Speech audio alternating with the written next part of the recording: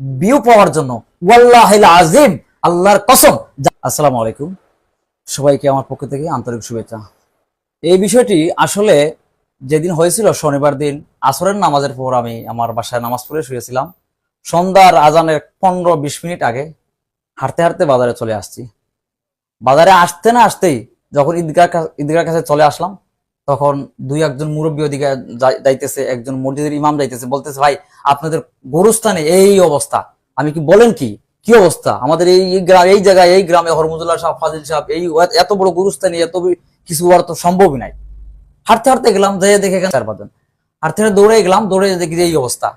কবরটা খনন করা আছে, পাশে একটা কোদাল আছে, তারপরে একটা ব্যাগ আছে।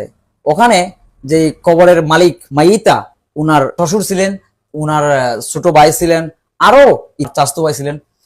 ওই জায়গায় আমি যাওয়ার পরে আমার মনে এটাই আসলো যে আজকে যে ঘটনা আমাদের আকুত নারায়ণপুর গ্রামের কবরস্থানে হয়েছে, এই ঘটনাটা পাড়া প্রতিবেশী কোনো কবরস্থানে হতে পারে। সেই জায়গায় আমার বিবেক নাড়া দিছে যে মোকলিস, তুমি এই কাজটা তুলে ধরো। আসলে আমি এই ভালো কাজ করতে গিয়ে আমার উপরে অনেকটা চাপ পড়ে গেছিল। তার পরবর্তীতে আলহামদুলিল্লাহ আমাদের গ্রামের সালিশ কিংবা গ্রাম পার্লামেন্ট মেম্বার ইত্যাদি আরো অনেকে মিডিয়া সবাই মিলে আমরা উনাকে ধরতে সক্ষম হয়েছি।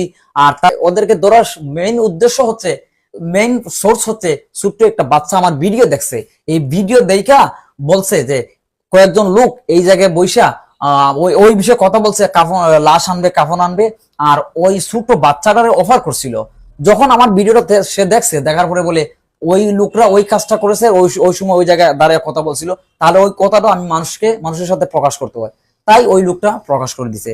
তারপরে তো আপনারা সবাই দেখতে পারছেন এই বিষয়। এই পর্যন্ত আমি আমার বক্তব্য